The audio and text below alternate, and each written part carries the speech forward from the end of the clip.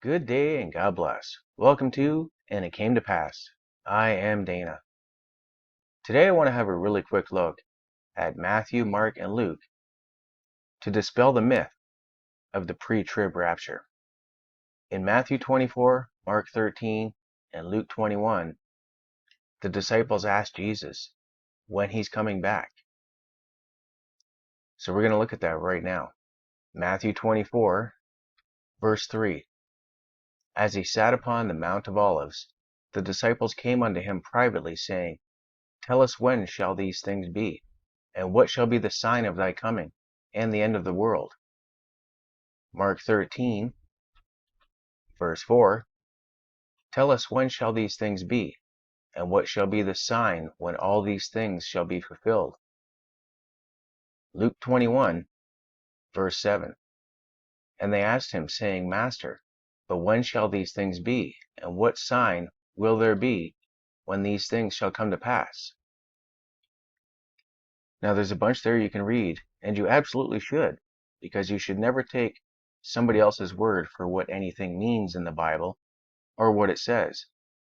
The scriptures are pretty clear that you need to read them yourself and meditate on them. This is just to give you a little glimpse of what it actually says. And then you should go and verify it for yourself. Now, if we pause here for a second, this is 3.5 years into the 7-year tribulation. Over in Matthew, we see, When ye therefore shall see the abomination of desolation spoken of by Daniel the prophet stand in the holy place. Now listen to this, because this is key. This is what I'm trying to tell you. Whoso readeth, let him understand. Over to Mark. But when ye shall see the abomination of desolation spoken of by Daniel the prophet standing where it ought not, and again, let him that readeth understand. And over to Luke. And when ye shall see Jerusalem encompassed with armies, then know that the desolation thereof is nigh. Now, in case you don't know what nigh means, it means close. So if we scroll down the orange boxes here, you will see in Matthew, if you scroll down to 29, immediately after the tribulation of those days shall the sun be darkened, and the moon shall not give her light, and the stars shall fall from heaven, and the powers of the heavens shall be shaken. And then shall appear the sign of the Son of Man in heaven, and then shall all the tribes of the earth mourn, and they shall see the Son of Man coming in the clouds of heaven with power and great glory. And he shall send his angels with a great sound of a trumpet, and they shall gather together his elect from the four winds, from the one end of heaven to the other.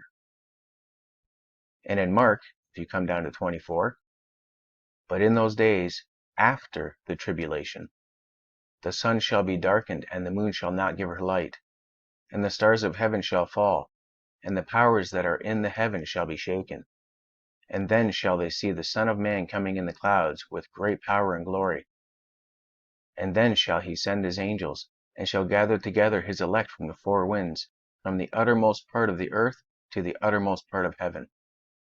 And in Luke, you scroll down to 25, and there shall be signs in the sun, and in the moon, and in the stars, and upon the earth distress of nations, with perplexity, the sea and the waves roaring, men's hearts failing them for fear, and for looking after those things which are coming on the earth, for the powers of heaven shall be shaken.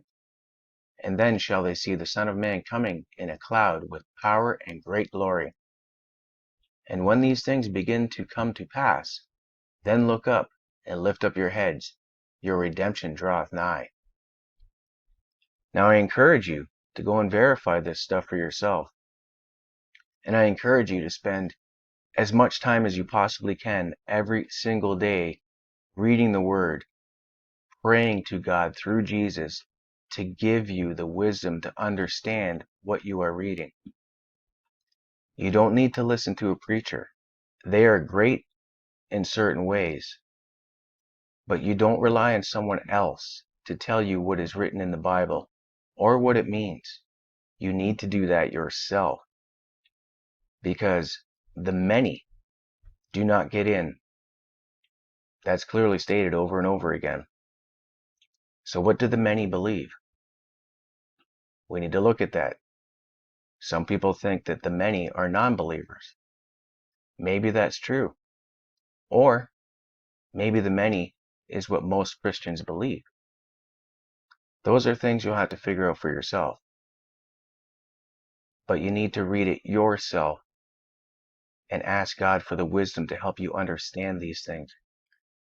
I hope that helps a little bit. If you find it helpful, consider sharing it with the people that you really care about. Until next time, take care and God bless.